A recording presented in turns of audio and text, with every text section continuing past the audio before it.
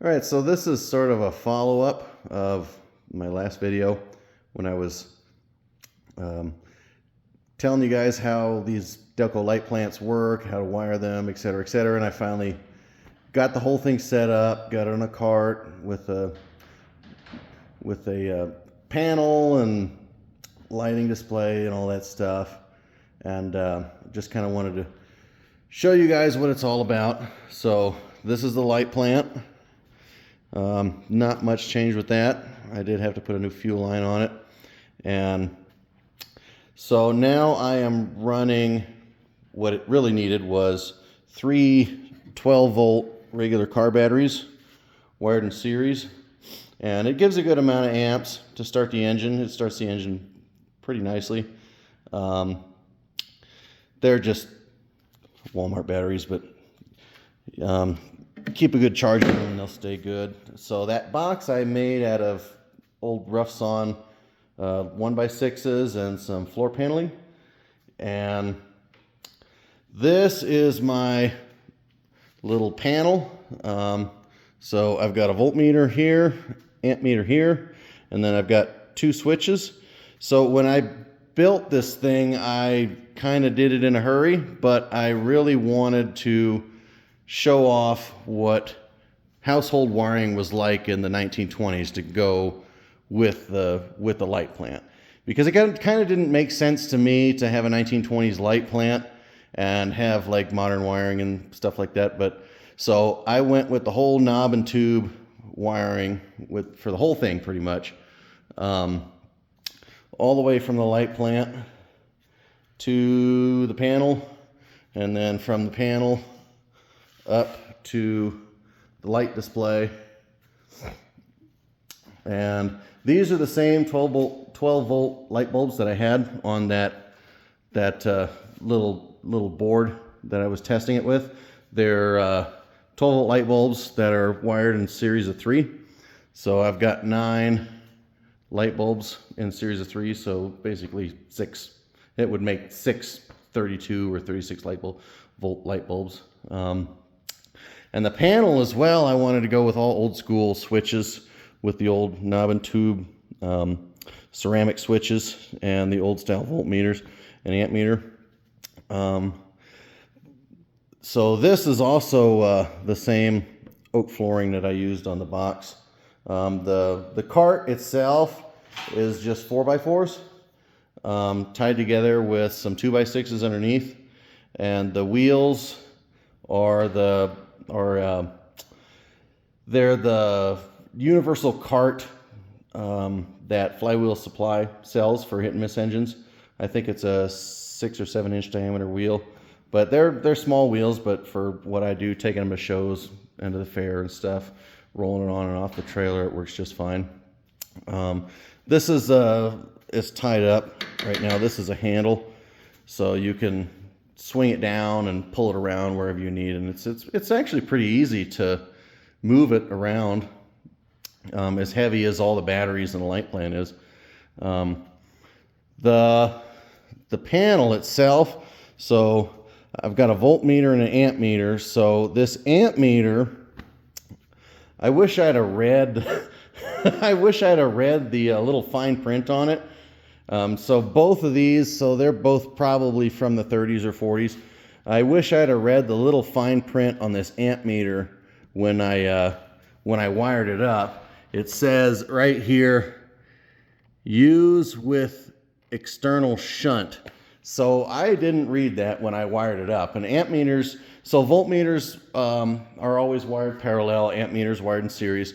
So I just wired it in series with the whole lighting circuit. And the first time I closed that switch, when I had the engine running, it fried that amp meter. And I'm like, what the hell? And then I read that little use with external shunt, and I'm like, oh, damn. So these older amp meters, you have to use an external shunt. So a shunt is kind of like a very slight resistor that's wired in series with your circuit, and then you would wire your amp meter parallel with that shunt.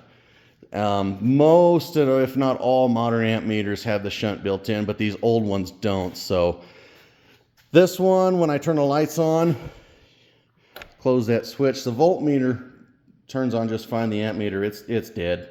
I fried it. So I'm either going to have to find another one or somehow try to rebuild it. But anyway, so the reason I have two switches, so this switch is for the actual lighting up here. That turns on the lights. And this switch, I don't have it wired in yet. This I was going to take and hide a modern inverter somewhere in this battery box, and so I could run 36 volts to that inverter and just sort of hide a little 110 outlet so I could run Christmas lights or whatever, you know, out of. So I got 110 out of the thing, which would be pretty nice. As far as the light plant goes, nothing much has changed. So if you remember my last videos, I didn't have the original gas tank on it. I had a little glass jar, like an artichoke heart jar, that I was just running the fuel line into. That's because this tank had a whole bunch of holes rusted through it in the bottom, so I just glassed the whole bottom of it and fixed it. And there was this weird switching valve right here that was meant to, because I think the original owner probably was running it on kerosene, so you could use that little switching valve to switch from gasoline to kerosene if you wanted to, but I'm not going to run kerosene. I'm just running gasoline, so I got rid of that, and I literally finished this whole setup like a day before I had to take it to the fair to set up, and I couldn't find any of this 1/8-inch copper line, so I just got some of this weed eater hose and threw it on there, and it works good. And honestly, I kind of like it because you can see when the mixer is sucking up the fuel, because there's a little tiny hole in this mixer that sucks the fuel in, and if anything gets clogged or whatever, the engine won't run at all. So I can tell when it's sucking fuel or not through this line, which I kind of like it. I think I'm going to keep it. As far as that, the display for the lights, it's all knob and tube as well. So here's your knob, and these junctions are all soldered for the series, soldered. And if you'll notice, so these wires, they look like the old gutta-percha knob and tube wiring, but it's not. So I probably, if I could have found some original knob and tube wiring, I would have used it, but I couldn't find any, so I just used, for the load side, I used 10 gauge braided wire, and I bought some of this asphalt reproduction sheathing or whatever you call it, and slid it over that 10 gauge braided wire. I will never do that again. That was a complete nightmare. Like it doesn't want to go on. I will never do that again. But I did run out of this 10 gauge wire. Like I said, I was building this thing. You're trying to get this thing finished a day before the fair. So yeah, here's some of that bare 10 gauge wire you can see. So the rest of it on the negative side, going back to the battery, is 12 gauge single conductor. So, and it works just fine. I really doubt I'm gonna even get close to 10 amps with just 9 light bulbs. So it works just fine. So let's see, other than that, it should fire right up. Batteries are charged. Let me grab some gas to prime it with. This is some old 2-stroke. Okay, so it's just the same as any other Delco Light Plant. Just prime it a little bit with some gas in that port right there. Let me set that down. And then here's your starting switch. Pull that starting switch up. There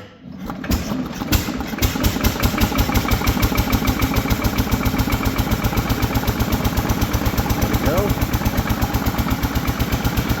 we're making power. Go over to our panel, flip on our lights.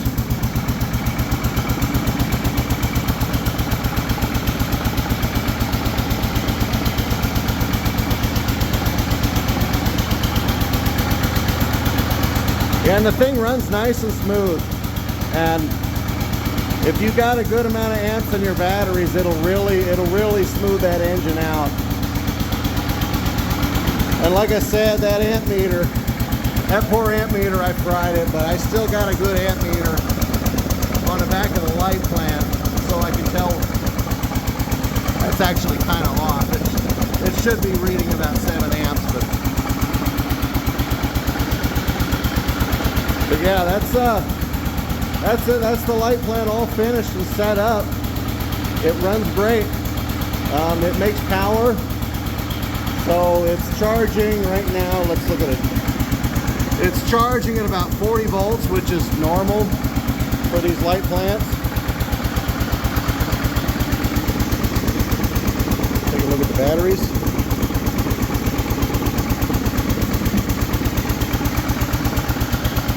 So the other side's kind of boring. I set this up so this is like the display side. Like this is the side that everybody's going to see in my display. The other side it's kind of boring. It's just the exhaust, same lights and everything. The back side of the panel. So when I fried that amp meter, I didn't want to take it out, so I just ran the basically just ran it through that one terminal right there. It's not doing anything.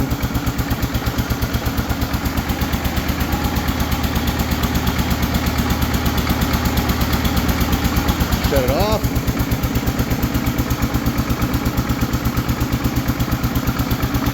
To shut the engine off, you just take this adjuster for your mixture all the way to stop. Yep, there goes the solenoid. And then I put it right back to where it was, just like that.